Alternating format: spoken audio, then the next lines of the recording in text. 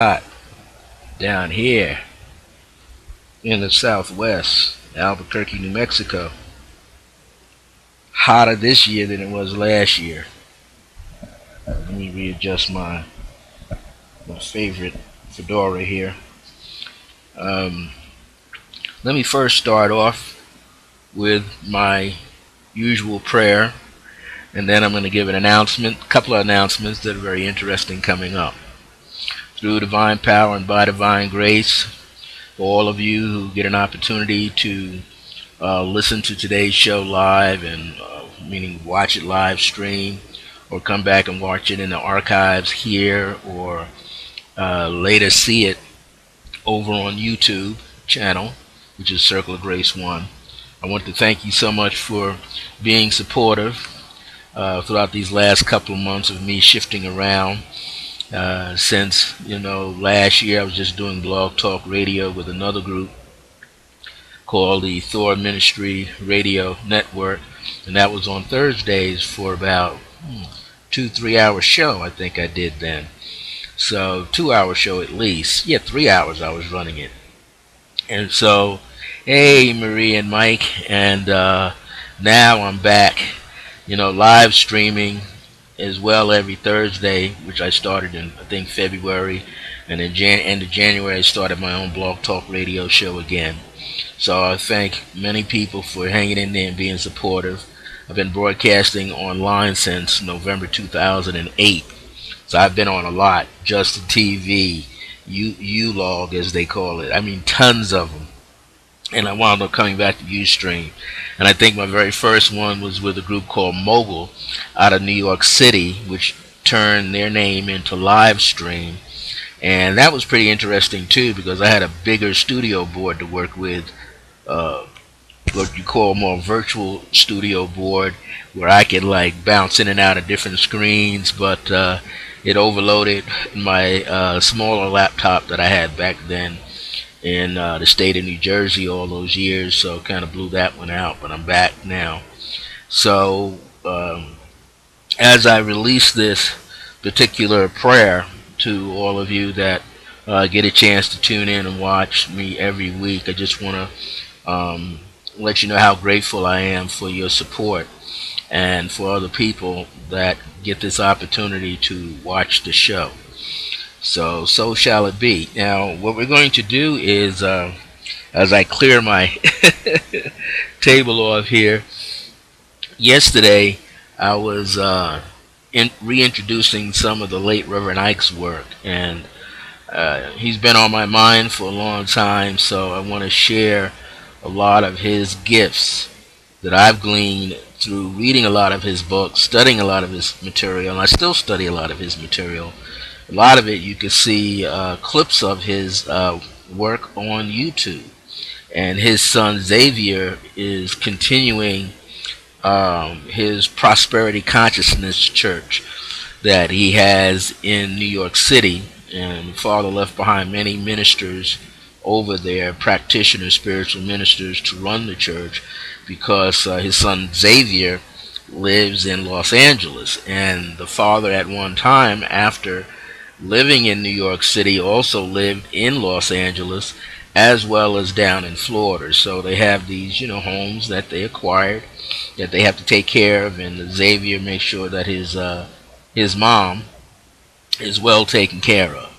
And so, he's, attending to all of that. I never had a chance to meet the family, but I know a lot of different people that had the privilege to be taught and mentored by the late Reverend Ike during his time while he was still around. So I had the pleasure of meeting a lot of people, and some of them are doing well, and some of them are doing their own thing, which is cool too. Everybody has to find themselves wherever they're at. And so now, one of the most important things I want to announce is right up front here. My contact Skype phone number is 505-349-4722. My spiritual prayer meditational decree request line, which means I'm going to start doing some more CD audios again, which are called Decree and It Shall Be, and I'll actually put a combination of a beautiful spiritual message on there for anybody that purchases a CD for about $22 or so, and I might just leave them in MP3 forms and email them out to you online, which saves us all a lot of time, all the mail service. But that number is 505-717-4722. So people can call me and converse with me on Skype at 505-349-4722. And this other line is just to leave a message. There is a 2-minute spiritual metaphysical decree on there, all-purpose decree, at 505-717-4722. So that means people could go and listen and get a spiritual blessing in terms of consciousness being raised and the emotional wellness being raised. Now, those of you who know me personally, you already know what my personal mobile number is. I don't give that one out on the air. However, for those of you who are my direct students and people that I'm mentoring, of course, you have access to that private number. I can always, this is the phone here, I can always hear my messages left at those two numbers that I just gave out to you. And sometimes I could call through those numbers through my mobile phone when I'm not by my computer. Now, I also have two email addresses, iam.circlegrace1@yahoo.com. That's the primary one. And the other one is iam.circleofgrace1@gmail.com. Now, those of you that follow me on Blog Talk Radio, I'm there every Wednesday usually at 4 p.m. Mountain Time for 30 minutes. And then I'm here every Thursday on Ustream, and I'm here at 5 p.m. Mountain Standard. We go for about 90 minutes to 2 hours. Well, there's something that's very exciting that's going on. My spiritual sister, favorite spiritual sister that I've been mentoring since, I met her in 2008, and I've been mentoring her since 2009 when we first met in New Jersey. They have a wonderful brand new location home that's they're going to be moving into very shortly. And so next week, next Wednesday, which is the 29th of June, and then the 30th, which is a week from today, June the 30th, I won't be broadcasting. I'm going to be out there helping them. So I'm not going to be available really to do any kind of consultations or broadcasting from June the 28th, which is Thursday, all the way through the evening of June the 30th. I will pick back up the following week, which is the first week, and this is unique because it works out even better. See, what's going to happen is when I broadcast on, reschedule my broadcast back to Wednesday, July the 6th at 4 p.m. Mountain Standard Time, and Thursday, the live stream that I do here every Thursday on the 7th of July at 5 p.m. That whole week is going to be a very important week. First of all, every year, July the 2nd, I celebrate on some level the birthday of my Circle of Grace 1. And this year, my Circle of Grace 1, which was founded on July 2nd, 2009, is the ripe old age of what? 7? Am I right? 7 years? I gotta think about this sometimes. No, actually, it came across in 1999, so that makes it 17 years old. So my Circle Grace 1 spiritual and metaphysical ministry will turn 17 years with a smiling face on July the 2nd, which will be a Saturday. Now, I might be still helping my sister and them organize, with their home, new location and all. But those of you that are with us for our monthly meditations, we will let you know when the meditation comes up, if everything is set and just right, we might run one in the month of July at the new location, or we might skip and go into August and do it at that time. There's still a lot of things that they have to do too to get the location ready for all of us to be there. And but this is a unique place. I haven't seen it yet, but I've seen it online, and I'm in love with it, with what she was able to find. Well, anyway, the other announcement is that coming really soon, I'm working on the first one right now. I have 5 PDFs, which are really teaching lessons that I've used since 1990 and further back, since the 80s. And all of these teaching manuals, lesson manuals as I call them, I have taken them, and over the years I have taught courses. I've taught so many variations. I've taught at least a dozen different variations of these 5 particular courses or lessons. I've had them as teleseminars, teleconferences. In the later years, the last 4 or 5 years, I have taught them as 2-hour workshops. I've taught them as all-day workshops. I've taught them, this is when I lived back east, I had them as 2-hour workshop, 4-hour workshop, all-day workshop, all weekend workshops. I've taught them 4-week classes, 8 6-week class, 8-week class, all the way up to 12 and 18-week classes, 26-week classes, 13-week classes. So I've decided to put them into a PDF format. So when you purchase them, it's just like I'm talking to you in a class. And they will sell a piece for $27. Right now there's going to be just 5 of them out there. And I'm looking to get this first one, which is called The Key to Life is Numerology. Its subtitle is Numerology, the Shorthand of Astrology. So as soon as I get that one completed, I'm looking to get it done by mid-July. And also, before I get that done, I'm looking to have this other one called White Light Meditation, as well as the Art of Manifesting Your Heart's Desires. I'm looking to have all 3 of them done. I'm putting together one called Tarot Basics. That's going to be the longest one. That comes in 3 sections, and it's going to be really long. But I'm still going to put it out there for like $27. What's unique is if you get all 5 of them, if you order all 5 of them, you're going to get a 20% discount if you take all 5. So if you just buy them individually, if you buy them individually, let me knock down my studio here. If you buy them individually, they're $27 a piece. But if you buy all 5, then you get a 20% discount as a set of 5. All 5 of them, and you get it for like $118, as opposed to spending $135 for all 5 of them. And it's so set up that you could basically go over it enough times at a weekly track record with yourself, month to month. You could really study these little short teaching manuals that I've put together, that I've used.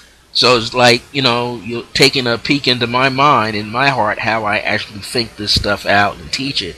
You'll see it just like that in a PDF format. And I'm not going to make it no fancy covers here, no fancy borders. It's just type this stuff up, make it nice and neat, bold print it where I need to bold print, and get it out to you. So that's the announcement. You'll be many people up to date. So if you're members of my closed private groups, Friends of Circle Grace 1, or Circle Grace 1 in the Age of Remembrance, or if you're also following my open public one, Circle Grace 1, if you're following my personal, public face there, Circle of Grace 1, you'll see all the advertisements there. And I'll announce them at the shows, and whenever I have one printed out, I'll just show it on the screen. But people can pay for it in different ways. So that's what I wanted to put out there for my fans, my brothers and sisters across the land. And this is all important because there's so much stuff that's really going on here. And so one of the things that I'm going to really talk about right now is Professor Reverend Dr. Reverend Frederick Eichenroder. Oh, Eichenroder. I mean, the guy had a long name, right? And last night, I kind of went over briefly the two chapters that he had that really spoke, into my heart about what I was teaching. Because I've been teaching on Blog Talk Radio these past 2 weeks the importance of the power, of recognizing the power of your own mind. And, well, I'll let you know, Mike and Marie, when they're completed, because I want to complete as many of them as possible. I get a little long-winded at times, and if I leave it the way that I originally had it, it'll probably be like 6 or 7 pages. So I'm making sure that each one of these has a minimum of 10 pages. And the numerology I can see right now, it's going to have pretty close to maybe 15. And the tarot is going to be a long one. But the others in between, the art of manifesting your heart's desires, that's about 10 fields of awareness that can cover like almost 11, 12 pages right there, maybe 10 pages. If I do it just right, I can cover about 10, like a page and a half for each one. And then for the other material, which is the white light meditation, I have to add some drawings and charts. So I got to make sure I can scan them in nice and clean and have them there so I can put the page in place, you see. So if not, I'll have to find out another way in which to do it, which might mean to, well, I may not have to do it. I might still be able to learn how to put the smaller drawings in place. So I'll kind of have to test that one out, or I can just basically explain it. And then if a person needs to see the actual chart, I can always email the chart out as extra to somebody, which I'd rather do. That way they can see it, and then they can print it out themselves and just add it to what they're doing. So we're going to, Holy Spirit says it is now the time to get all this information out of my brain. Akhenaten is really pushing me to get it out. So what we're going to do today is we're going to continue a little bit of the importance of recognizing the power of your mind. And, Reverend Ike used to say it back in the 1960s, and other people said it before him. He used to say that, one idea that we have, and if it's close to being the right idea, that idea can be worth as much as $1 million. Just the idea alone. But it's how we crystallize that idea, how we formulate it, crystallize it, how we build it, how we get it into place so that it makes sense to us. Because it's important when we have an idea, it has to crystallize. It has to be there. We have to feel it, as he says, like with a prayer. Prayer is a feeling thing. And this is why it took me a long time to understand why prayer was a feeling thing. And if I went back to some of my, and I'll say it, some of my Christian days, I used to see all those ministers get very emotional. I mean, deep belly, grunted emotional prayers. And the women too. And then I'd see my mother pray. And she would be very intense, very emotional, almost led to tears, and many times in tears. But I know one thing. After she got finished praying, there were some manifestations and some materializations in our home. And what I mean by that is that, I'll tell you, for instance, one time they were short on their mortgage. And back in the days when they bought a house, back in the 50s on Long Island, the house was like considered big money. The houses were $25,000, $30,000 homes. That was considered big money back then. and you were considered a part of the middle class if you could afford one. And being that my father was a master sergeant in the army, he was a veteran, so he got what, like $1,000 to $2,000 knocked off that price. So they got the house for like $21,000. That was considered a lot of money. And as my brother and I got older, my older brother and I got older, living there, that house began to take on value. You know, the equity, what they do on the outside, they keep it together, fix it up. The garage, fix the garage up, make it better. It's a separated, detached garage, and keep the back. All those things added and built the equity up to the point that maybe it doubled over the years. Well, nowadays we know houses a lot more. So that's, we're talking about value. So here the ideas that we carry in our mind are valuable ideas. It's just what we choose to see it as. And so I was saying, like, my mom, as my father was he was a wonderful radio and TV technician and inventor, but I must say my dad had to be honest, he had drinking problems and he had gambling problems, and I picked up some of those little habits from him throughout the years. It wasn't an addiction to drinking and smoking, but I like to play a number every now and then, and I still do. To me, it's fun. I can relax and I can do it, so it doesn't bother me. It might bother other people, but it won't bother me, you see. So I'm not really stuck. I can play it or don't play it. But, my dad, he used to be the card gambler guy and was losing money left and right. So my mother needed to save the house. And I remember Dad being a Mason, doing the Masonic prayer on one knee thing. But I remember my mom releasing this prayer. And she chose to pray in the midst of an electrical storm. And I think the significance of that was that, got to be transparent, Look, I don't give away everything, but I got to give up some things. I got after that breathing down my neck. He said, "You're going to have to tell some more stories," So I got to, these stories are legit. So, I've never forget, it was thunder and lightning. It was pouring like a monsoon. This is on Long Island, Nassau County and Hempstead. And it was like a monsoon, it was just coming down. It was coming down.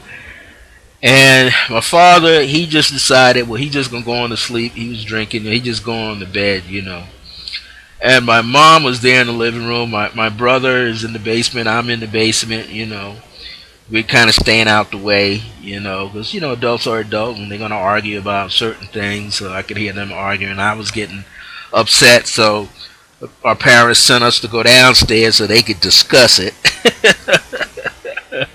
And as they were discussing, my father, I hear him slam the door and go to bed, and I hear my mother kind of crying upstairs. But man, she laid out a prayer. And I'm talking about, I sneak upstairs. My brother's downstairs watching TV. We had a TV, this is middle class. We had a TV in the living room and a TV in the basement, okay? So my brother and I are watching TV, and I decided to come upstairs to, we had a refrigerator down there, but I decided to come upstairs and get some ice cream. And my mother was in this intense prayer. And I came up, and I got the ice cream. She was in the living room. She asked me what did I want. I said, "I just came to get some ice cream, Mom." She said, "Okay, you know where to go." Now, there was like 2 doors. Because when you come to the front door, if you walk in, there's a door that opens into the living room. And then, there was a door to open into the living room. And the other way, you can walk into the kitchen, you see. And right in front of us was a closet door. So my mother had closed this door between leaving the living room and passing the front door to get to the kitchen. And I started to go downstairs. I guess she felt me going downstairs after I got my little bowl of ice cream and graham crackers and milk, going downstairs. And I stopped. And I had shut the lights off, like she said, you had a little night lights in the kitchen. I shut it off. So you can just see the little light on like a candlelight. And I heard this sound like like a completely different language. So I went down the stairs and I put my ice cream down because my brother was getting ice cream. So, he got his ice cream. I said, I'll be right back. I got to go to the bathroom. We didn't have no bathroom downstairs. I would have to come upstairs, which wasn't true. I needed to hear what my mother was talking or doing. And I came up the stairs as soft as I could. Now, if you walk in the middle, you creep the stairs. So I watched her one time waddle up the stairs, so the stairs don't creak. And I tried that technique, and the stairs didn't creak. Came up very quietly. I eased open the door, and I was in the kitchen, but around the corner. And I heard my mother's tears, but I heard her prayer. And she started speaking in what we call tongues. And she had this low tone, and it was a firm tone. Now, it was thunder and lightning. I'm scared of lightning. I was you have lightning flash around me, and I'd run in the walls. Okay, but I wasn't scared that night. She was praying. And it seemed like every time she needed an answer to her prayer, the sky would lit up with a crackling sound. This is a true story. A crackling sound. The house be shaking. And the funny thing about it, at one point you hear the sirens go off because the lightning storm was so strong, it knocked out the street lights, it knocked out people's lights. And guess what? My mother's prayer was so intense, we're the only ones that had lights. So she's in the living room. You see the lights go out and pop back on. The lights were already off every place else except for downstairs. The lights went off, popped back on because I could see them from the basement. We didn't have the light on in the kitchen, so I eased on back downstairs. Whatever my mother's prayer was, 24 hours later, she got a call. And somebody came over to the house, and my mom had received some money to pay whatever this debt was.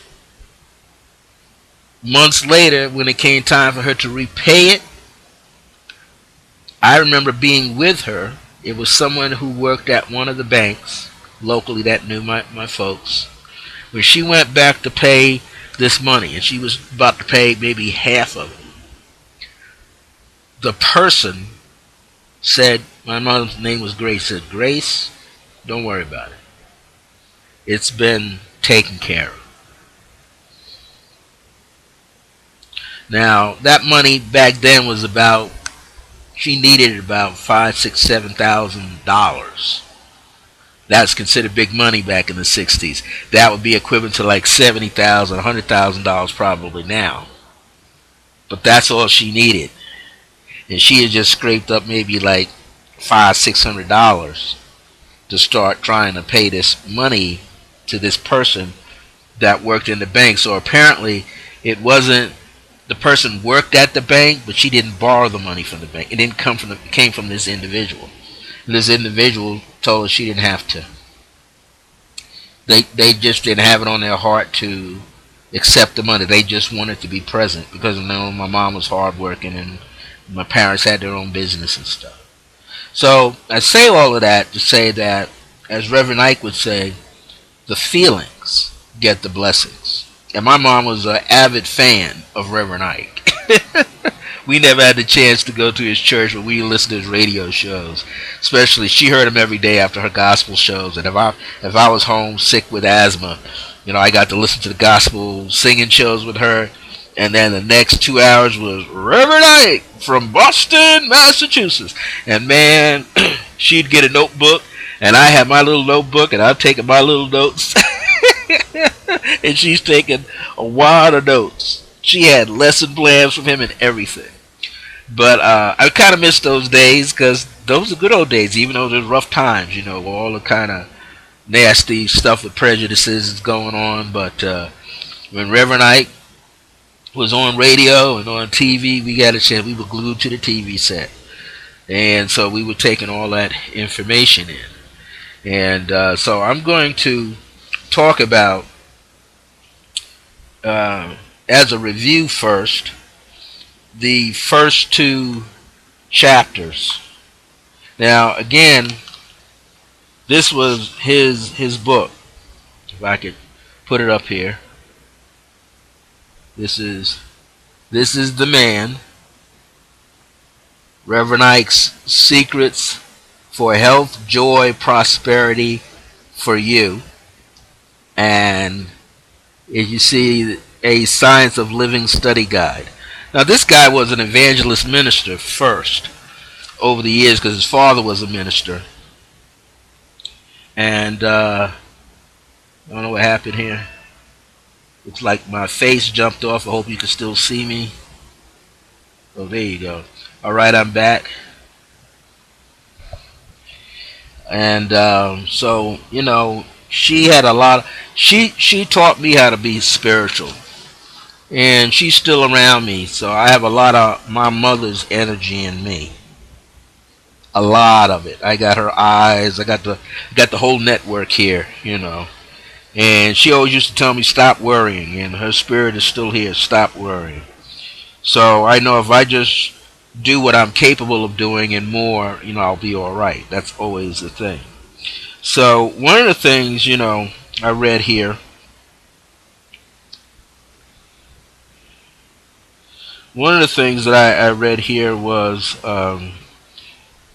when we were talking about this was he said that you had to I'll read it here. You will never get any further in life than the ideas in your mind. It's important to feed your mind only right ideas. And so what I was talking about last night, a Blog Talk radio show, was that it was very important for us, no matter who we are in the world, to realize how powerful our minds are, how powerful our thoughts are. And like he was saying here, you have to feed this mind good thoughts, positive thoughts. So we know, like, a lot of times people have struggled with self-esteem. They don't like themselves. You know, we've seen numerous times where, you know, especially in the fashion industry, you'll there show women who are very slim, men who are very slim, but the average guy is not slim, right? Average guys could be broad-shouldered, different body shape, shorter or very tall, or what we call big bone. Can't fit half of those clothes, right? But you can fit something similar. So, you know, the certain industries around us for years sell a certain mindset. But then, you know, about 20 years ago, somebody got hip to it and said, well, what about the plus size models? The plus size men and women. And that became a whole special industry to itself. So then what you saw was positive images being projected. Didn't matter if you were slim, skinny, medium build, plump, you name it. People who felt good about themselves can now model these different style clothes, which was then showing people in society that you don't have to be super slim, you don't have to be bulked up, muscular person. You can be the what we call an average body, as long as you had good thoughts about yourself. You can wear anything you want. So, keeping that in mind, in his teachings here, he said you got to have every day, you got to have what they call a mental diet. You have to decide what you're going to put in your mind. And one of the things, and we study what we call mind sciences, you know, how are we thinking all the time? What are we envisioning? What is it that we really want? Well, in there we have the subconscious mind. Okay, that's what's below the surface. That's in our memory bank. That's kind of gets in there with deep feelings and sensations. Then you got above, like, think of it like water and air. So higher up off the body of water, there's consciousness. Then there's that state where you're not sure where you're at. You're kind of in and out of the water, in and out of the water with uncertainty, without any sense of clarity. And that was called, we could call that the unconscious mind. And then the body of water, going deep. That part is very consistent. And that's the subconscious mind.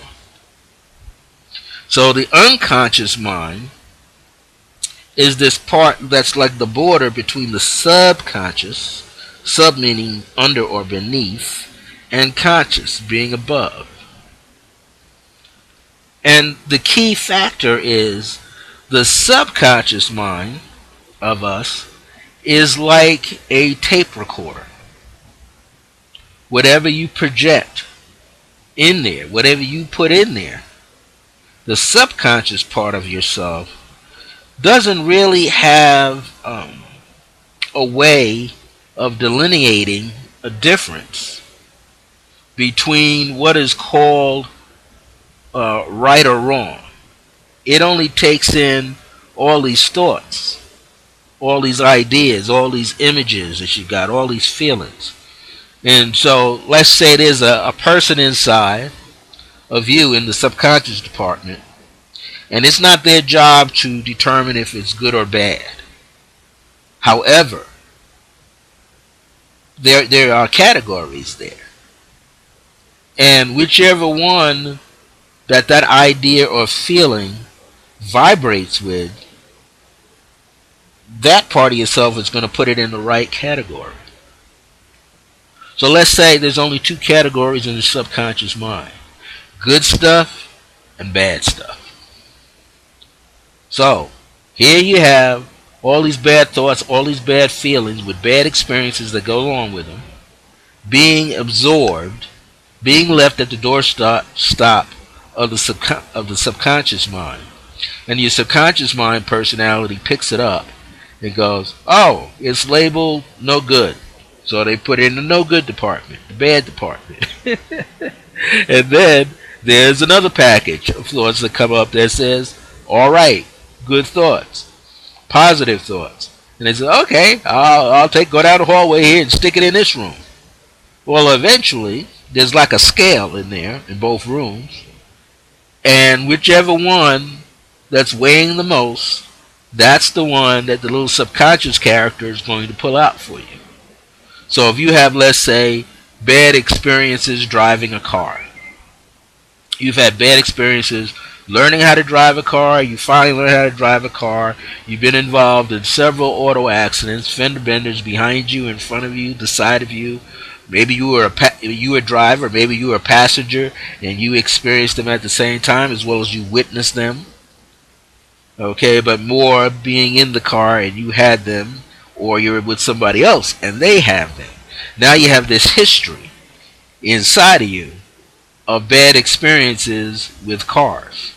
And the subconscious man or woman on the inside is going to look at that package that says bad experience number 1, 2, 3, 4, 5, 6, or 1,000 goes into bad experience department.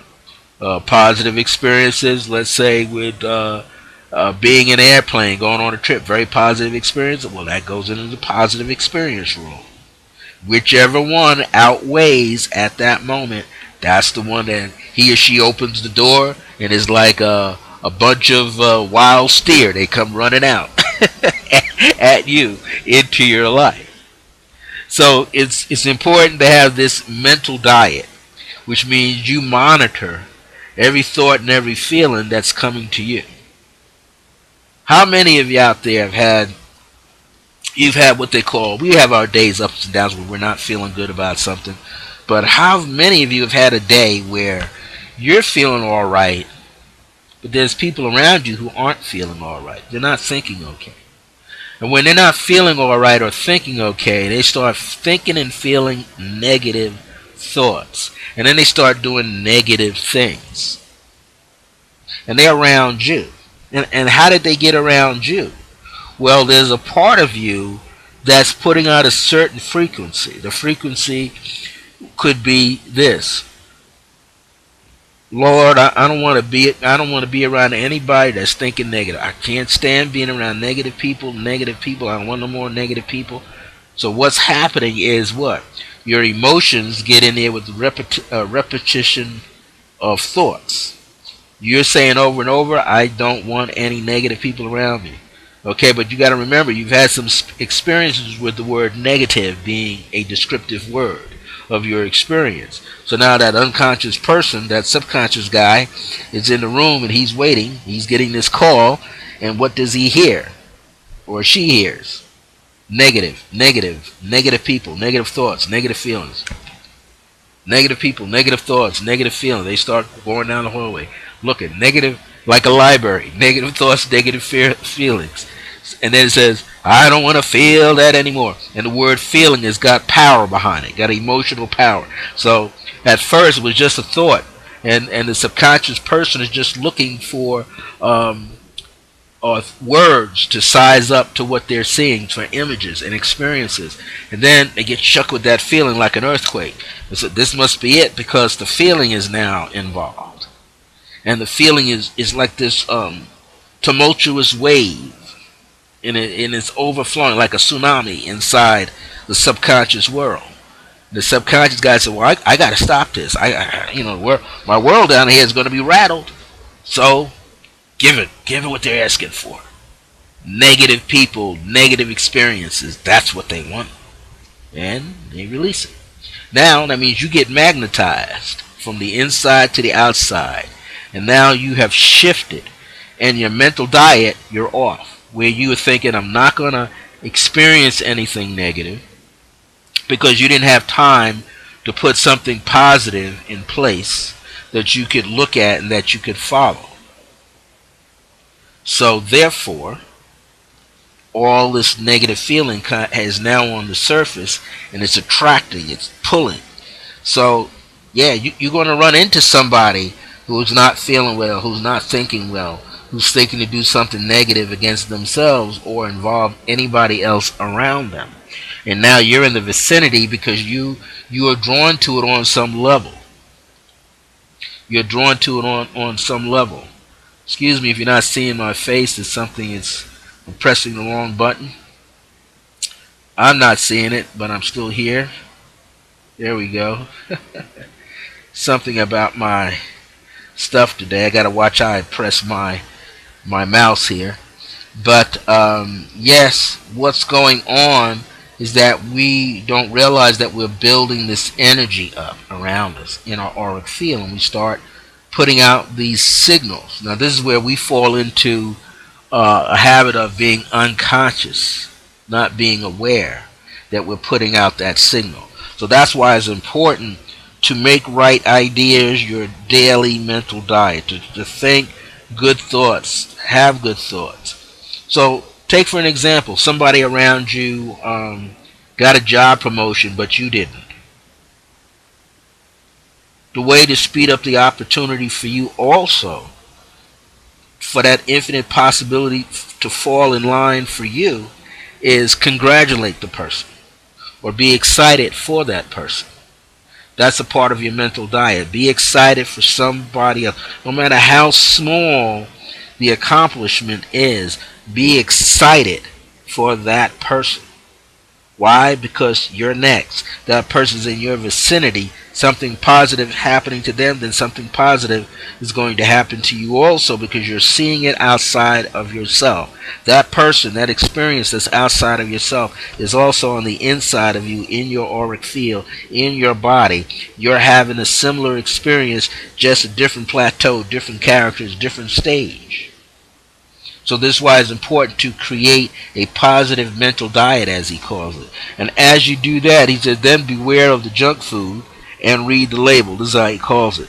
So be aware of the thoughts. The junk food is, what are you wasting your thought and energy on? So this is what I do. Now, where I share a location here with somebody. So what I do is, sometimes I watch TV in the other side of the house. And sometimes I don't, because most of my work is online on the computer. So this is like my TV set, but I have a DVD player. And I got tons of DVDs. So if I so choose, I'll pop a DVD in my laptop or in my other laptop behind me, or I will watch it in my DVD player. So I have things to occupy my mind. I don't have to watch what's going on every day. I don't even watch the news. And there was a time I used to read the Sunday paper and read the news. I had to know what was going on. That was 20 years ago. I had to know what was going on in the news. I had to read it. I had to read the news. And then I started reading just the sports. Then I got tired of sports. I started reading the cartoons. So these are cartoons I could laugh. The news media is being thrown at you. And then when you're online, you're seeing what's trending here and trending in Twitter. So I train myself not to check out what's being trended unless it's something very positive. Now I haven't gotten to that point yet where I don't need a TV set. I hope to get to that point one day where I'll be in another location and the TV set will just stay on the first floor. It will not be in my bedroom. And the same with my computer. My computer won't be in my bedroom either, like it is right now. Half of my bedroom is my studio. But I'll put it so that it's separate from me. So when I'm done on the computer, I'm done on the computer. When I'm done watching TV, I'm done watching TV. The only thing that should be in my bedroom is something where I could watch a movie. That's the only thing I put in there. Something where I can watch a movie. So I would keep like a DVD player in there. Then I'm watching a movie. It's not necessarily hooked up. I mean, I might hook it up some channels, but I would program myself to only watch something good, you see. So he's saying the same thing. Watch what you put into your mind.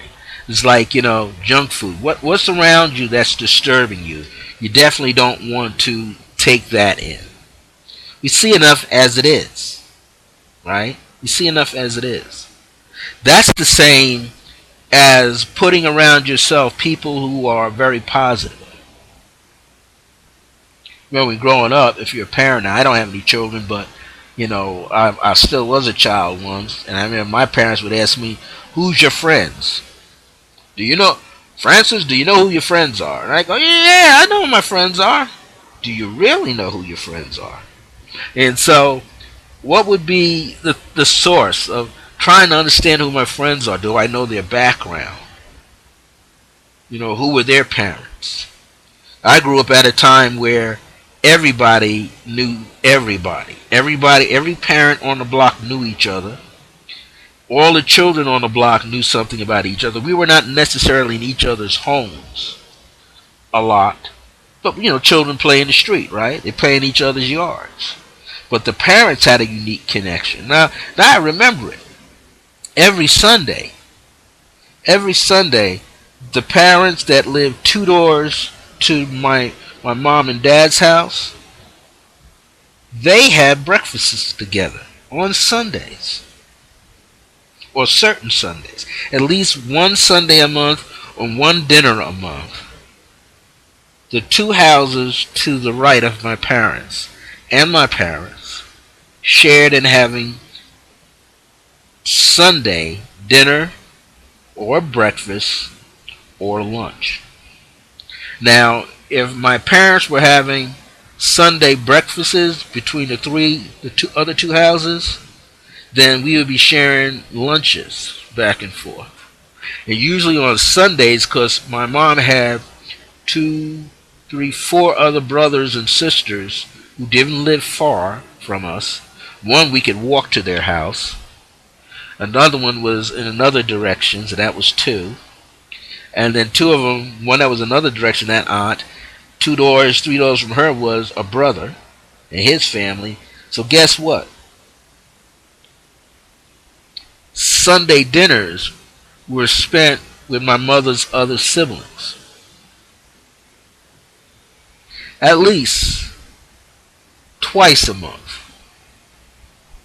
At least. And the cool thing about it was either we had dinner or dessert. call up and they would come by with dessert, or we'd go over there with desserts. So this was a cool thing to do, because it allowed all of us to kind of be in touch as family. Kind of be in touch as family. That was unique. Now over the years, kind of gotten away from all of that. So I don't get to have that, because I'm out here and I'm the only family member out here. My older brother's back east, and he and I really don't have a connection. But we have it indirectly through his daughters. But I've always been that kind of person that I've seen to, because I was always a loner growing up, I could find. So again, not getting off the topic, I changed the way I thought. Because I was so heavily involved in studying metaphysics that I could manifest friends. I watched my mother do it. My mother, 5'3", looked like she didn't know anybody. My mother manifested friends. My father's 5'7". He manifested friends too. They knew how to have friends, how to attract friends. My mother was a little better at it because she was very particular, very selective of the kind of friends. And I noticed they were spiritual, or they were religious like she was, or they were metaphysical like she was. So we have to find out how to engage the mind. And one of the last things he said in this first chapter, if you watch your thoughts every day, if you watch who's around you and what you say and what they say, you can put yourself in a better position to use these two words, I can. So what does I can? I can, like I am. I am describes the power of who you are, and I can gives you the power of what you can do. So according to his teachings here, so I can means you can move from limitation to non-limitations. You can move from lack to a big area where you're receiving something better. Why? Because you realize you can change the way that you think. That's what he's talking about. Change the way that you see yourself. Change the way that you feel about yourself. Change the way that you do things for yourself. By making those changes every day and every moment of the day, you are then the guardian of your own mind. You're not letting anything in that should not be there, that does not vibrate, and does not match the frequency of your positive thinking and positive doing, and positive, people, personalities, and experiences. So what was his second chapter? His second chapter was define and declare. Now, if you can define a thing first, then you can declare that thing. That was the power. Define it first, then declare it.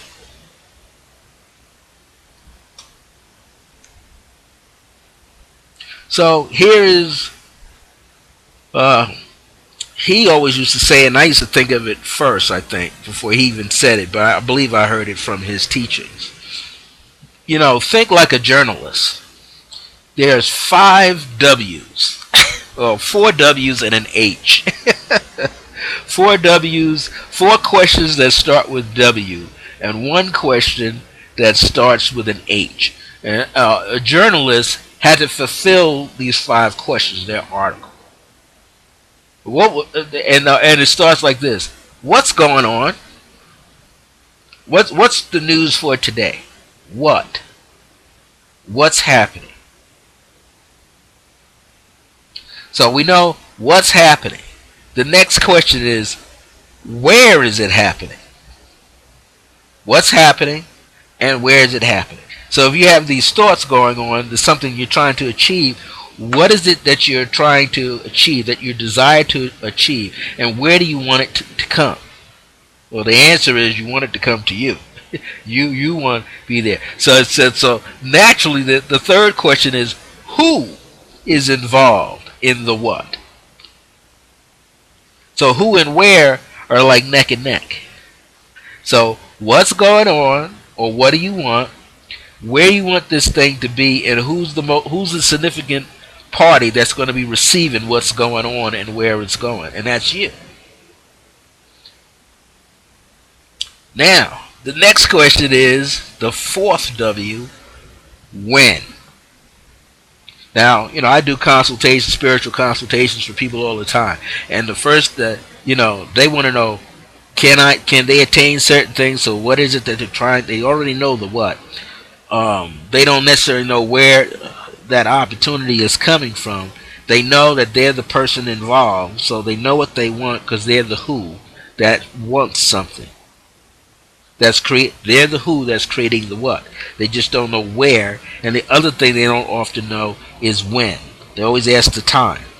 Now, in the spiritual realm, time doesn't really exist. That's a man-made three-dimensional concept.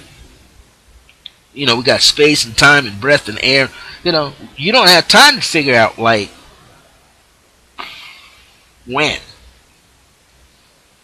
But when can be determined by conditions. When can be determined by conditions. Meaning, when what's on the inside of you is vibrating, resonating, but vibrating first as a certain frequency, that will do what? That will begin to attract everything like itself. So it begins to resonate. That's that cliche, water seeks its own level. The water of magnetism in you has got to meet up with the water of magnetism outside of you. So when the inner you and the outer you get past the walls of the physical you, then there's some kind of connection that can be made. And you have to be able to identify it. That's why it says you got to define, then declare. You can't declare something without understanding all these other facts. Now, here's the letter H. And H is the center of all of this. Is how. After you ask the question of when it's going to take place, when and how are running neck and neck, right? Close, because you're thinking, okay, when is this going? I don't know when is this going to take place, but how in the world is it going to happen? Do I have to do anything special for it to happen? Well, according to this guy's teachings and many other people's teachings, you got to have your feeling in place, and your feeling has to be intense, and your thoughts have to intend what you want. You got to be descriptive enough, as he calls it in chapter 2. There's something that I found in there that was so important that he says. He says you got to be definite with the infinite. You see if I can find that little part. That struck me yesterday, and I only touched upon it lightly. He said you have to be definite about the infinite. And that was powerful. He says it here. The infinite can only become definite when you become definite. The infinite can only become definite when you become definite. Isn't that interesting? He says you have to define and declare the good you want before you get it. So by the word the infinite, he means the unlimited God. By means of man, unlimited God can be, do, and have anything. But it is a person's responsibility to choose and define exactly what the infinite will be, what the infinite will do, and what the infinite will have through him. That means we're this doorway for this to come through. You're the portal. So if your subconscious is blocked by some unconscious stuff, and your conscious stuff is not clear, then you're going to have a hard time. You and I would have a hard time to define what we want to see to come out of the infinite.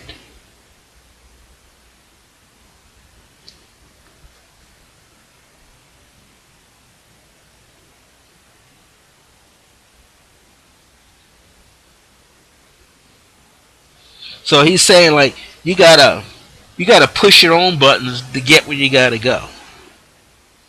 Think of the infinite as this divine womb. Everything is in there. It's a big palace. It's a huge cathedral. It's a mansion. The mansion of the spiritual mind is so huge you just can't wrap your brain. You and a million other people can't wrap your brain around it. That's how big it is.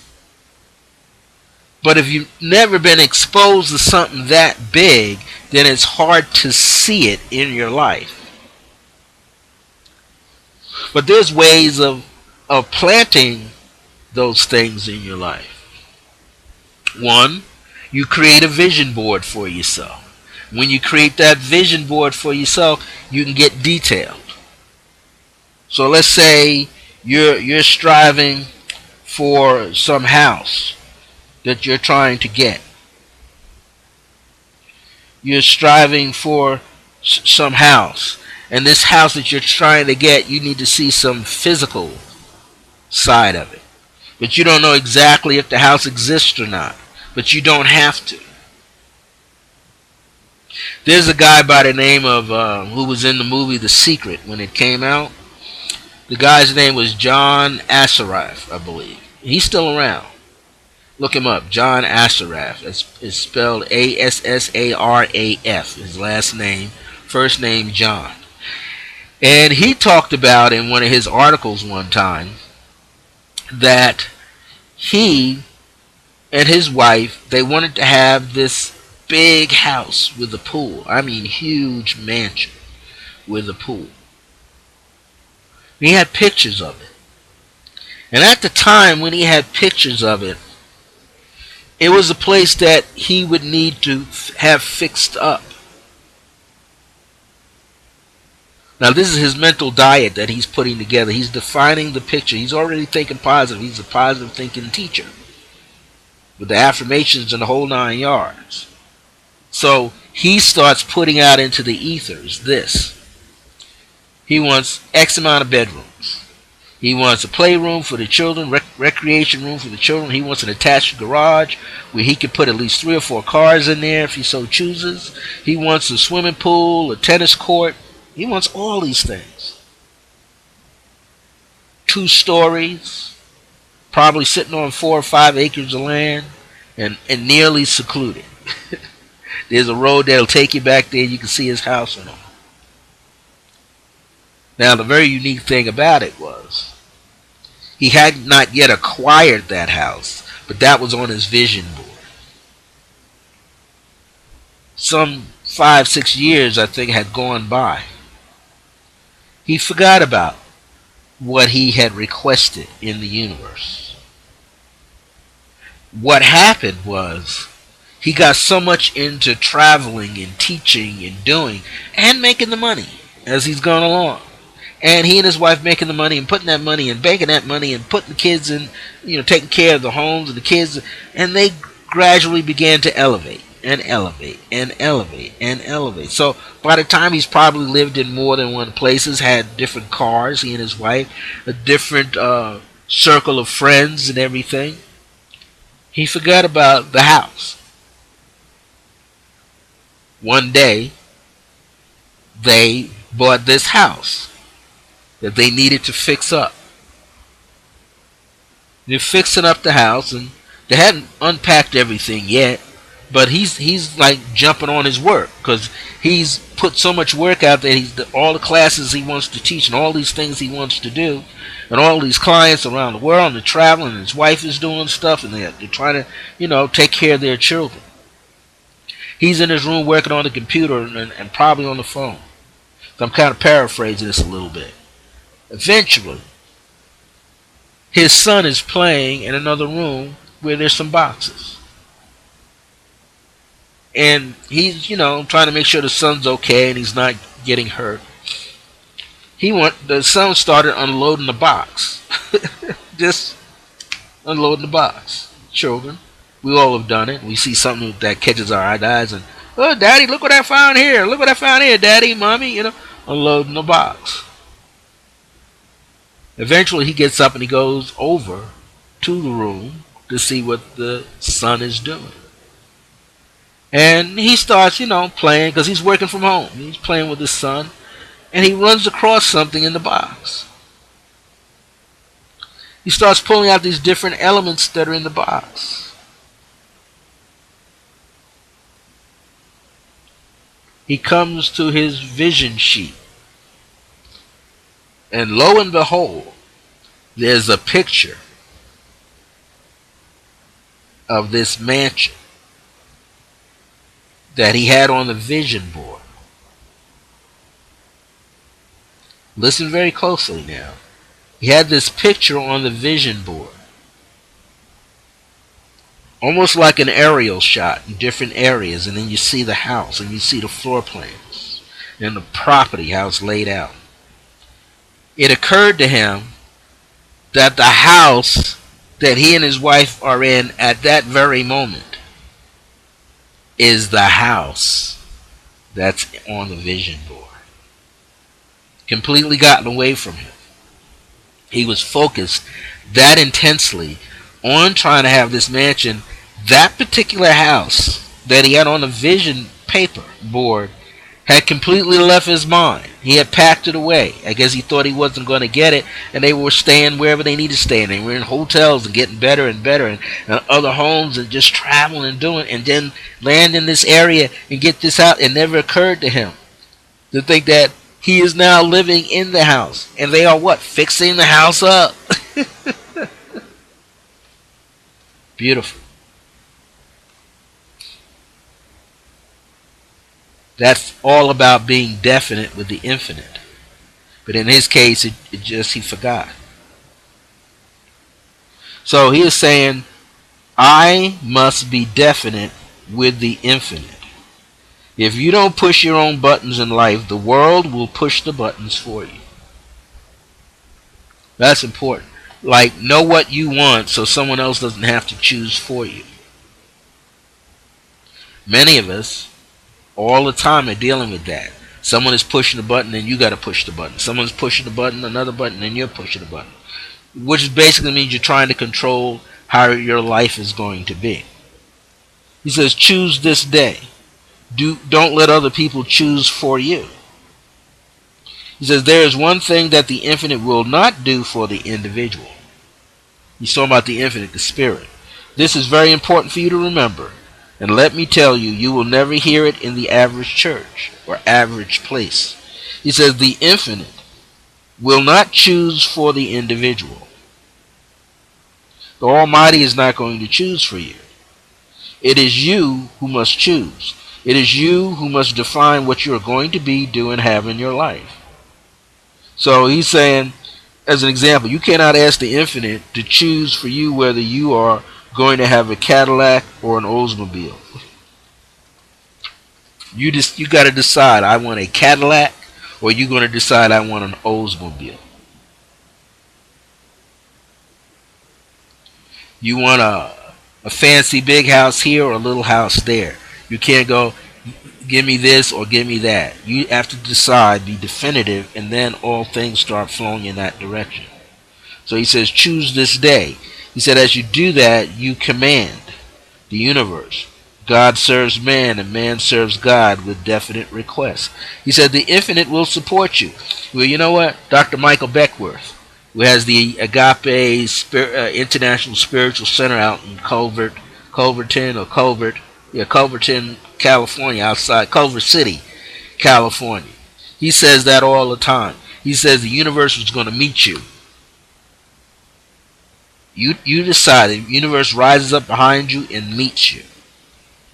You become so definite at what you're about to achieve. You know it's going to happen.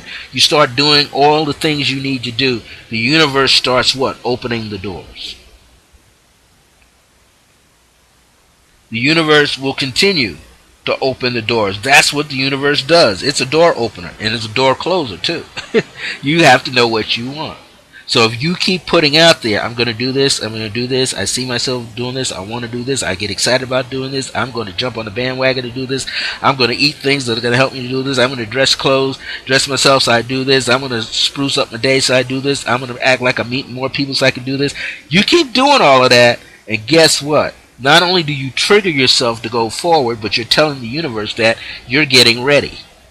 And then you start believing, because he says believe as if it already has happened. You live like it already has happened. You want some new place to be in, you start thinking about the place that you're in, you don't even think about it.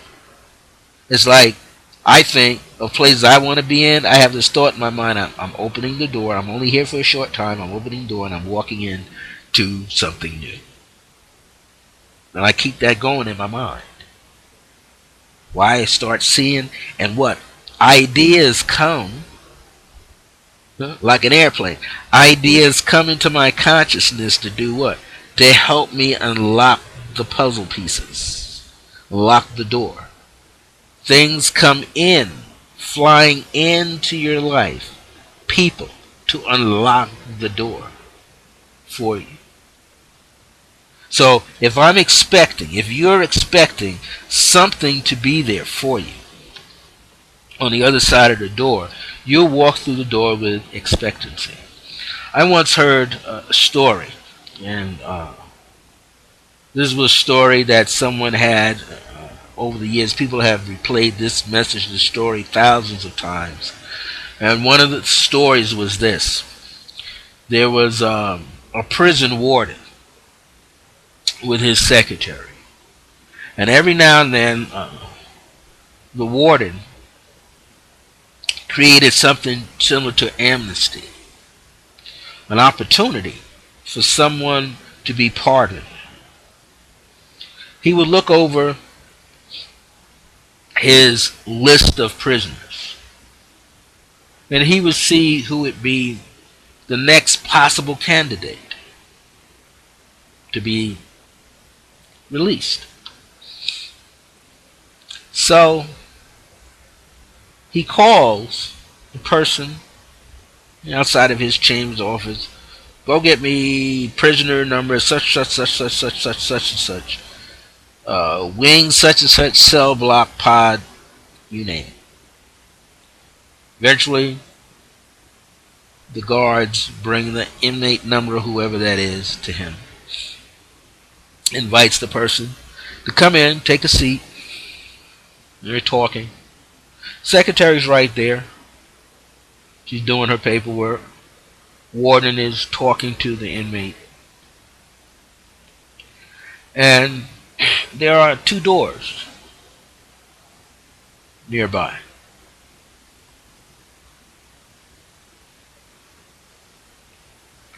But he's pointing to just one door.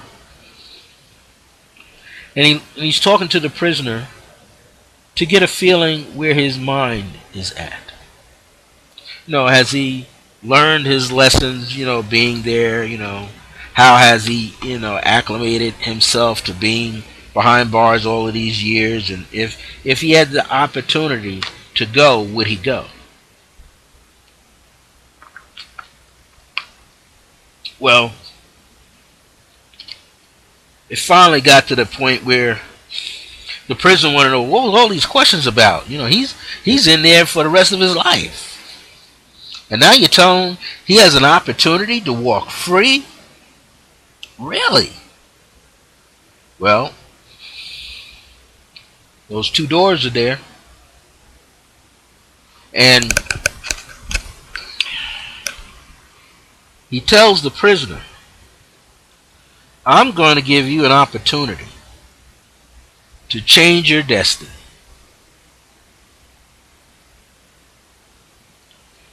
Now, you can go back to your cell. You'll be escorted back to your cell. Or you can get up now and walk through this door over here and never to return. And the inmate is going like, really? I can go through that door and never have to return.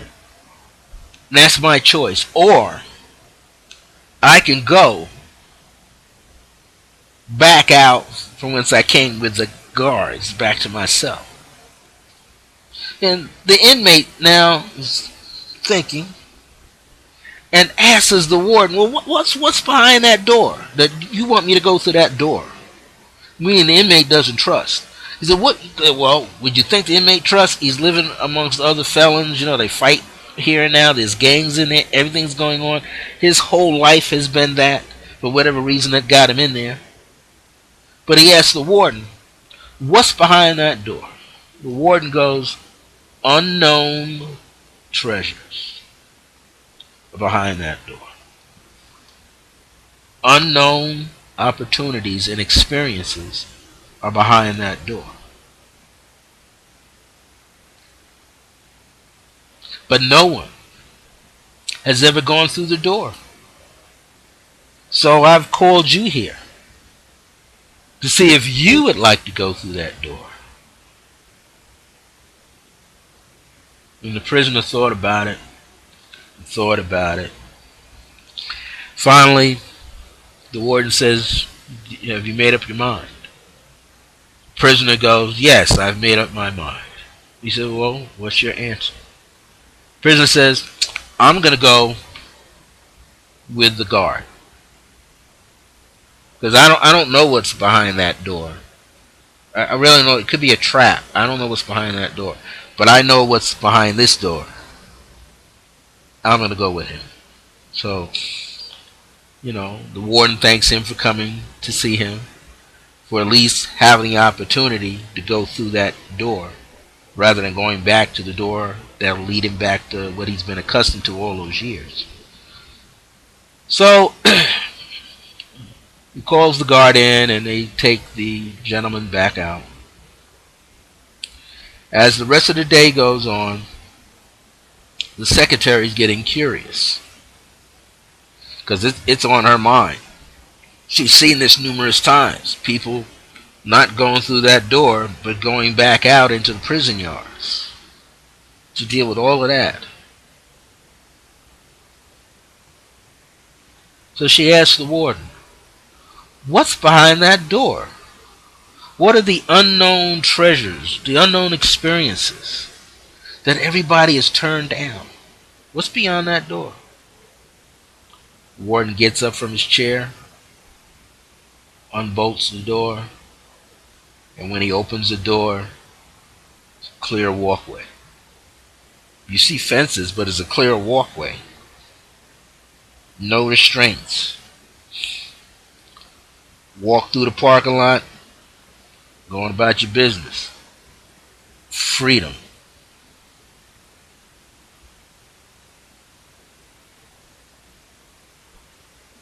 That means the warden was going to give this person freedom, which means they could take whatever they're going to take with them to go out that door and be free and never have to come back again.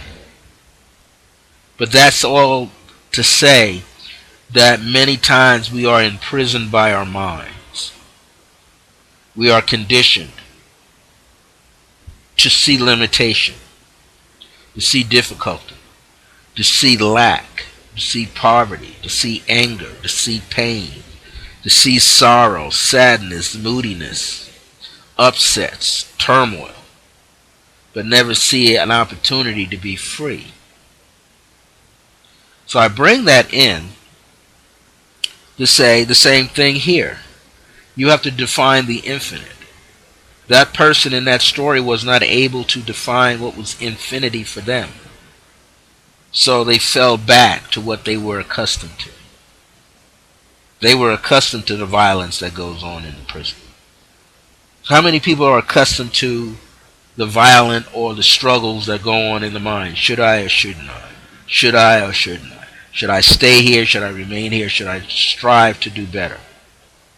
We all have done that. We all have gone over and over, and never once did we think about choosing a proper day or commanding the universe or putting ourselves there so that we command with the universe what we want and push the button in our own mind to describe and get exactly what we want.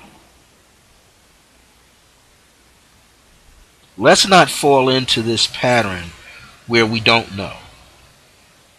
So here's an affirmative treatment for this stuff. I am defining and declaring God in me as my answer right now. I am defining and declaring God in me as my all, as my completeness. I am defining and declaring God in me as my health and my happiness. I am defining and declaring God in me as love. The love of God in my heart brings me together with all of the right people for every right purpose. You know, one of these other positive thinking people say, what are you doing for today? I'm being positive. I'm placing myself in the right place at the right time to meet the right people doing the right things. In so many words, that's what that train of thoughts were. It says, the love of God in my heart brings me together with all of the right people for every right purpose. I am defining and declaring God in me as my success and prosperity. My life is running over with success, prosperity, and an abundance of money to enjoy and share. Thank you, God in me. It's just his thoughts or his teachings, which a lot of other people are now teaching, is to get ourselves in this position where we can attain a better lifestyle for ourselves, a better way of living for ourselves. But we got to get rid of all the garbage, all the junk. We got to get rid of the junk thoughts and the junk feelings. So that means if you don't like yourself, you got to turn yourself around. So start loving yourself. Not just liking yourself, loving yourself. In order to do that, you got to embrace the good side that you see there. But just like in some Native American spiritualities around the world, or just spirituality in general, you got to realize that you got this dark side, the doubting side, and then you got this side that wants to do and wants to succeed. And you're constantly weighing that back and forth. Can I succeed? Do I move on? What do I do to get there? Well, a very interesting factor is this. We know we have to work on ourselves every day. We got to do something that makes a distinctive change. Change our behavioral patterns around. You know you can fast your mind for 40 days and 40 nights. Well, you're going to change. One of the things I was talking about in that abundance book, when I can locate it, talk about, we're going to do an exercise in there, in the abundance book, that's going to get you started. And in the abundance book, there's a 40-day plan. And there's 10 10As, 10 clauses that you will use. And those 10 clauses are carried out over a 40-day process. And you read through them at first, and you make your statement, your divine mission statement that you want to accomplish. And then for 10 days, you start going through these principles. And before you know it, you have reached, repeating these 10 statements so many times in 40 days that in the first 19 to 21 days you notice that your consciousness shifted, that you started doing something completely different that allows you to start walking in the path of achievement for yourself. And when you start to walk into this path of achievement for yourself, you start designing your future as it is now, as it should be right now. And by the time you reach that 40th day, your whole mindset will have changed, and you will realize that you are attracting to yourself a positive outlook, a positive mindset, a positive feeling in your heart, positive people, or people who were once thinking negatively, now they're thinking upbeat and positive. See, this is the thing. See, he said inside each thought is worth over $1 million. So when you open yourself up to the possibility that each thought in your mind is valued at $1,000,000, and you got an infinite basket flow of thoughts going on in there. And the brain folds keep growing the more you start using your thinking capacity. You start thinking and thinking and thinking and thinking, and the mind is expanding and is expanding, and the neurons are expanding, and all lights are blinking off inside, and all of a sudden your memory kicks into place, and you remember somewhere in a distant world or parallel universe that you were a wealthy guy, that you knew a lot of people, and a lot of people knew you, and you lived a better life, and you lived in a bigger place. And even if you were in a smaller place, you had so many people come to you. Phew, you couldn't even sleep, but you were enjoying your life. And your life, you could go out and touch somebody else's life. One thought. Every inventor has one thought, and on top of it, 30 million other thoughts. Every inventor. And what is the inventor attempting to do? The inventor is attempting. The inventor is attempting to what? Score big with a new idea that changes the world, that can help the world live a better life. And at the same time, for themselves to get paid while they're doing it, so that their life changes too.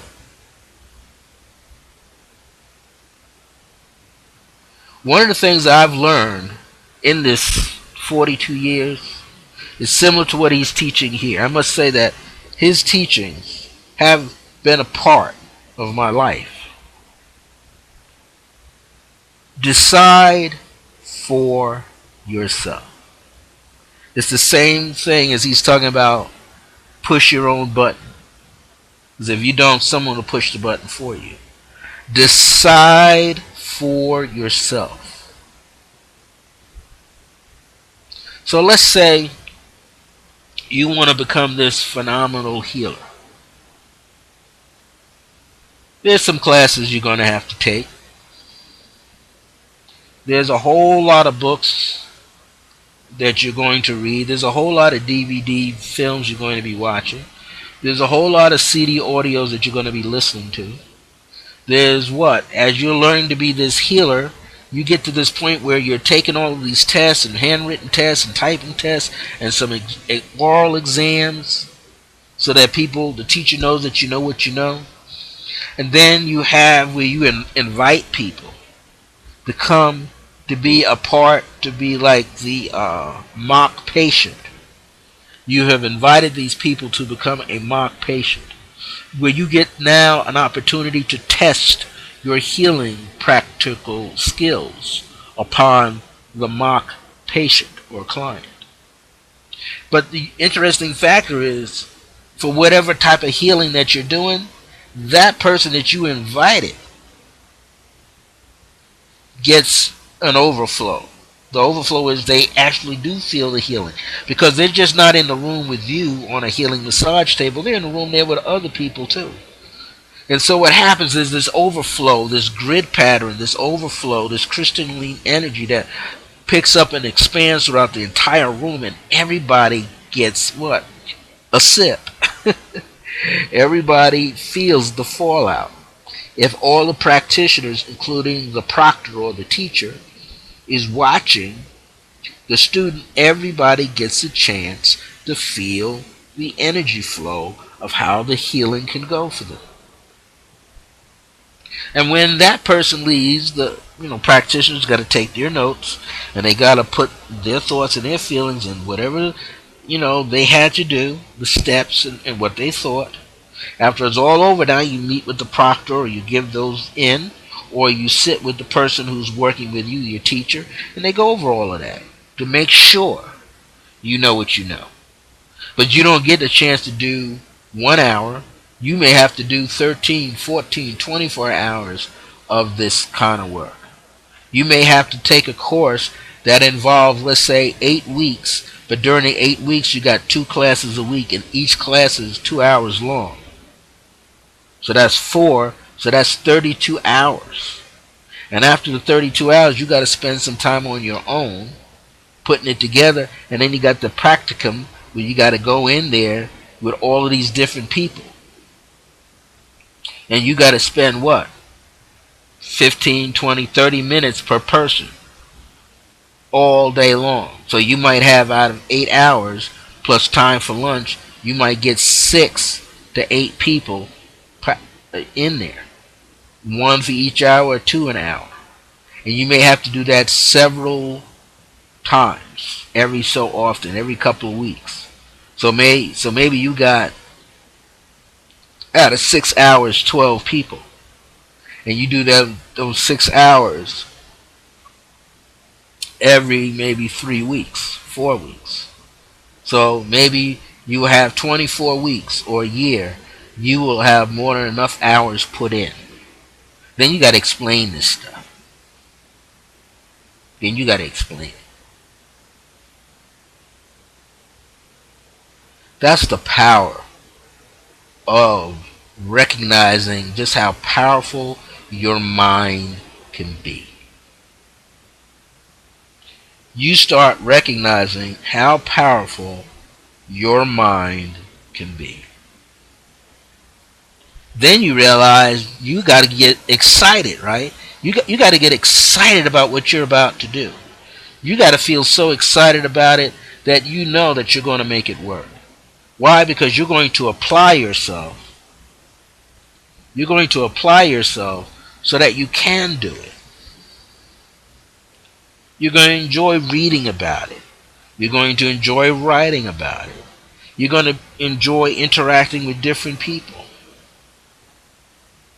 That's the cool thing, is when you can interact and explain it, be articulate enough where people can feel it, and you got to get excited about it.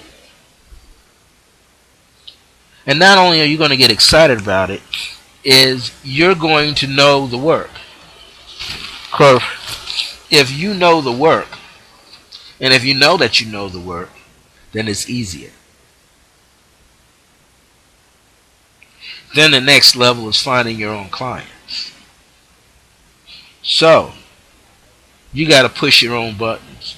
In other words, you got to build your platform, your stage in which you're going to do all of this from. So there was such a point that in the 60s and the 70s and the 80s, the stages were already there.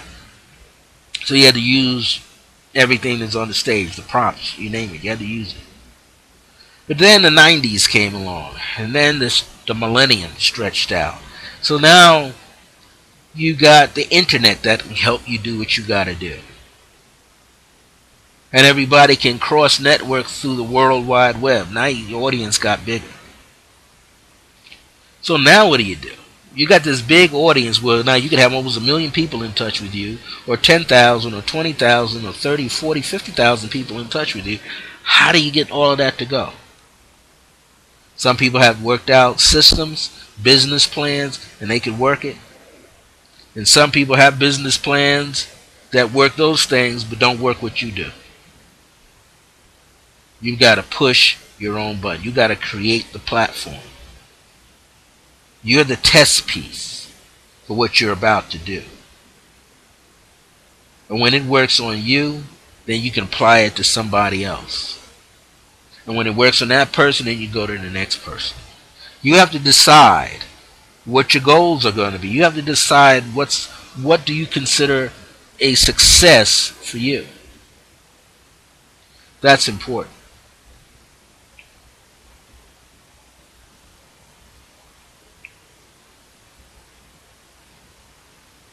I heard something. This is why I like to broadcast, live stream, and do blog talk. Why? Because when you're teaching like this on this level,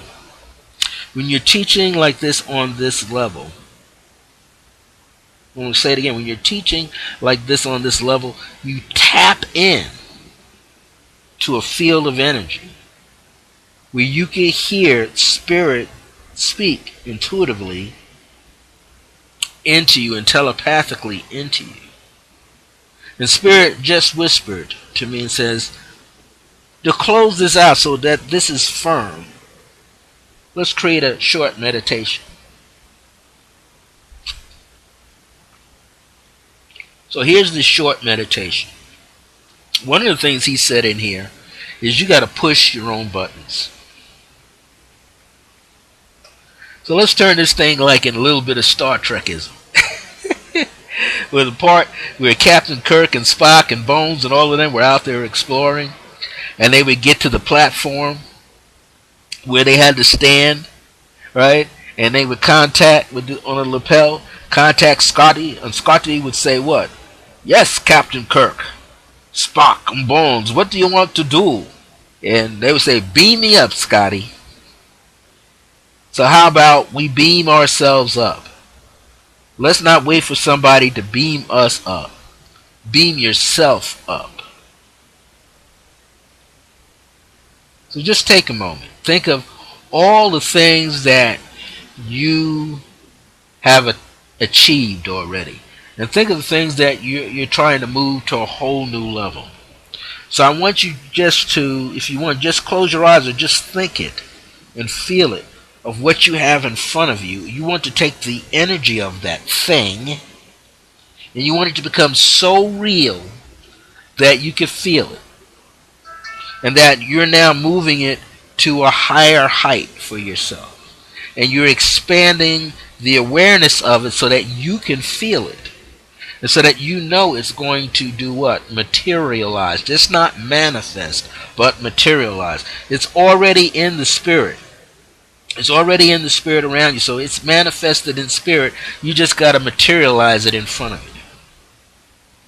It already exists, but you got to bring it into fruition. So there's this little panel like a book in front of you, like a little iPad. And you can see what you're seeking to achieve. And now you begin to line up everything. You begin to draw the plan and make it very firm in your mind. And now you start pushing the buttons. Pushing buttons that bring you the foundation into place. Pushing buttons that bring all the finances into place. And financial opportunities that you could capitalize on, that you can receive.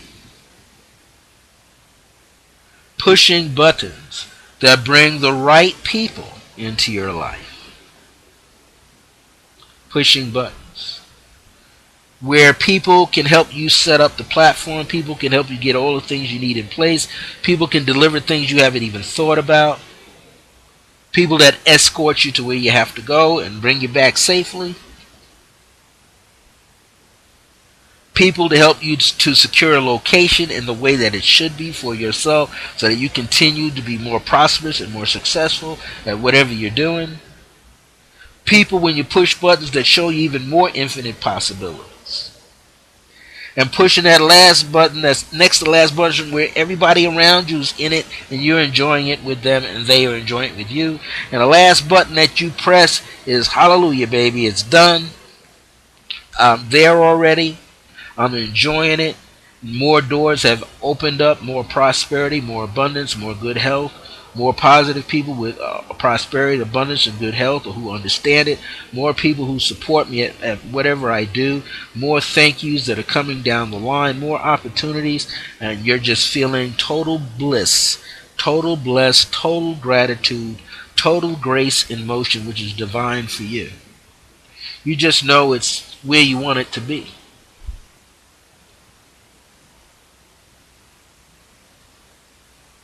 Woo. Just know that it's happening. And as Reverend Ike used to say, when you see it happening to someone else, you're next. Because that person is a part of your area. You're next.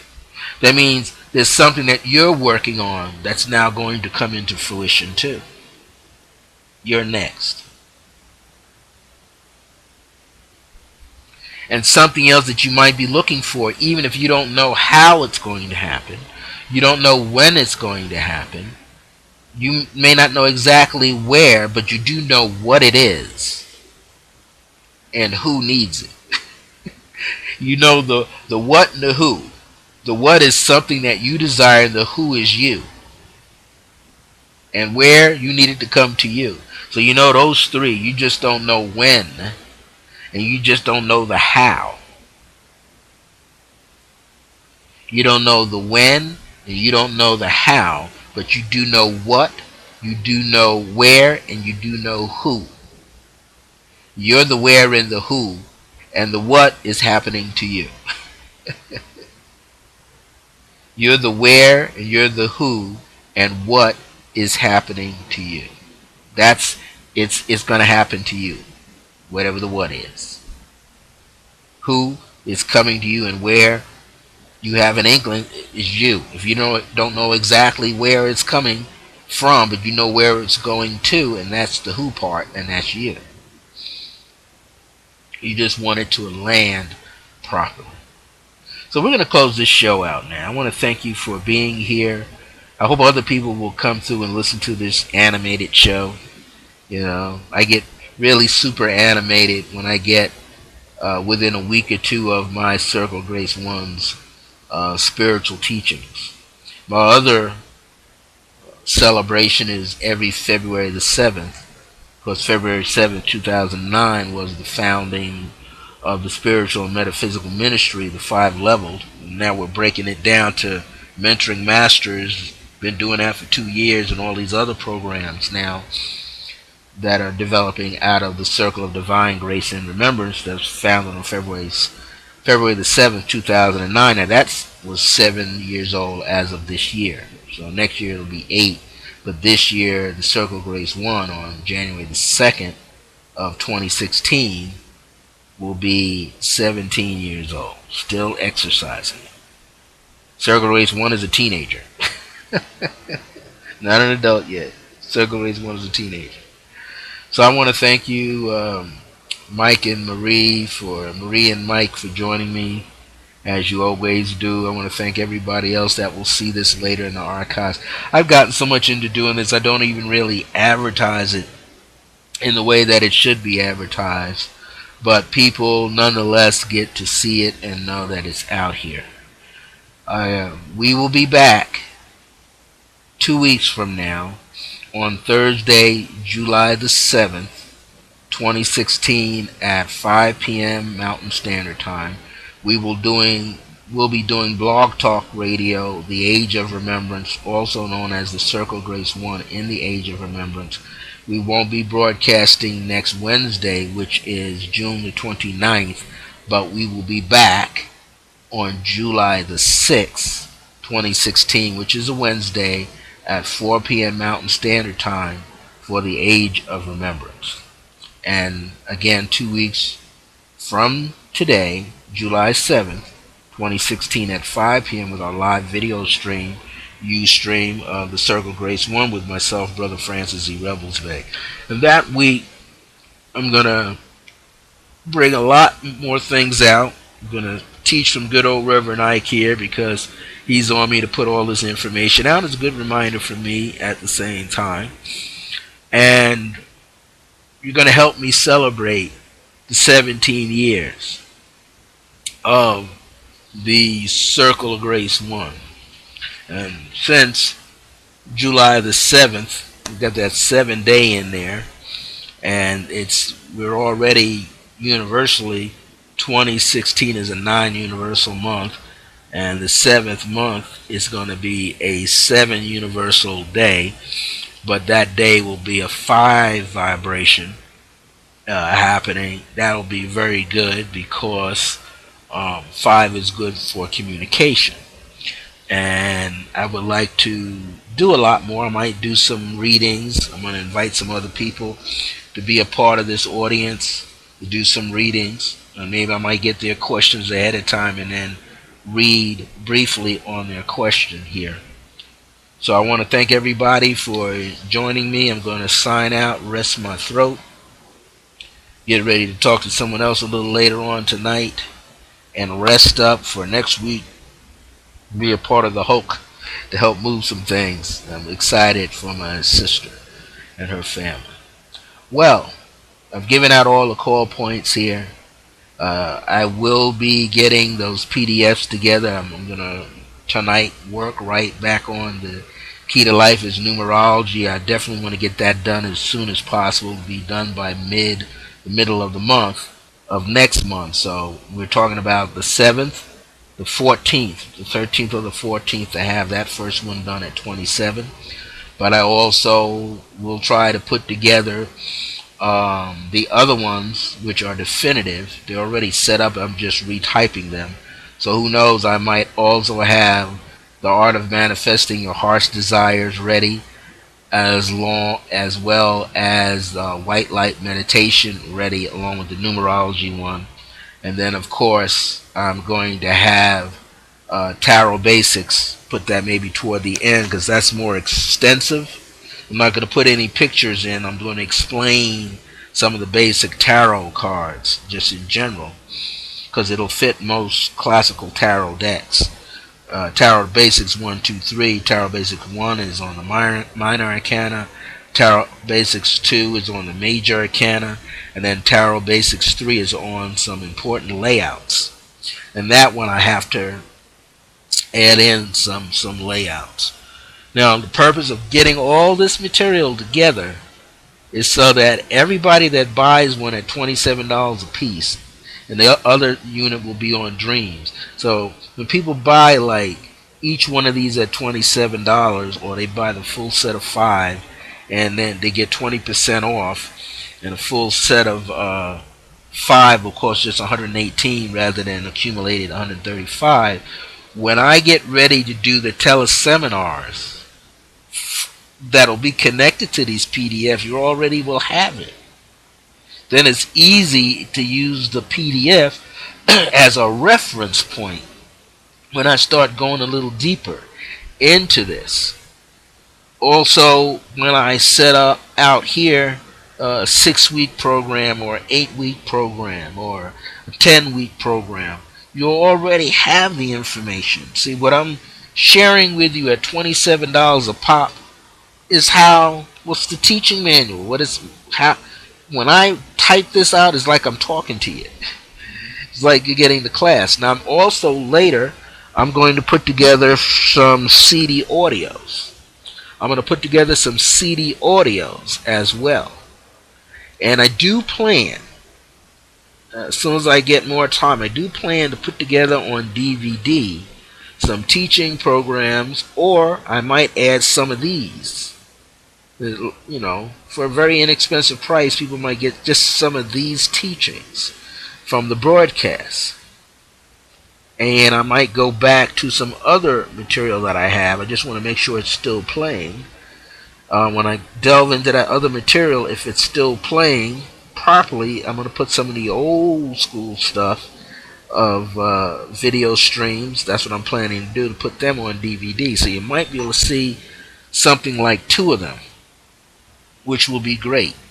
Might be able to see something like 2 of them. Alright, I'm going to sign off. This is the Circle of Grace 1 with Brother Francis E. Revels Bey. I'm excited that you joined me tonight. Y'all are the bomb diggity. That's my era time. The bomb diggity. You guys are cool. You're always following and helping. And I know that when you get these works, you're going to share them. Because another thing, too, you'll be able to take these and use these as a teaching platform. All you got to do is just say, kick it back to me. I'm the guy that put it together. But you can go and teach from these manuals. That's the other gift that's in there. So I'm going to sign off right now. I'll see you in 2 weeks. Blog Talk Radio Show, The Age of Remembrance. Circle of Grace 1, The Age of Remembrance. I'll be back on Wednesday, July the 6th at 4 p.m. Mountain Standard Time, 6 p.m. Eastern Standard Time. And then on July the 7th, which is 2 weeks from today, I'll be on here at Ustream again with Circle of Grace 1 with Brother Francis E. Revels Bey, which is myself. And we're going to cover some more of this Reverendite material. He's got some good stuff here. And we can just walk through it bits and pieces at a time.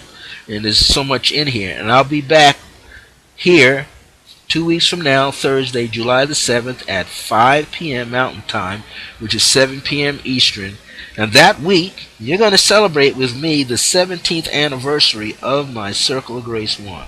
Well, until next time, remember that divine grace is a blessing, as we are alive and well in the age of remembrance. Thank you for joining me, and as Akhenaten would say, peace.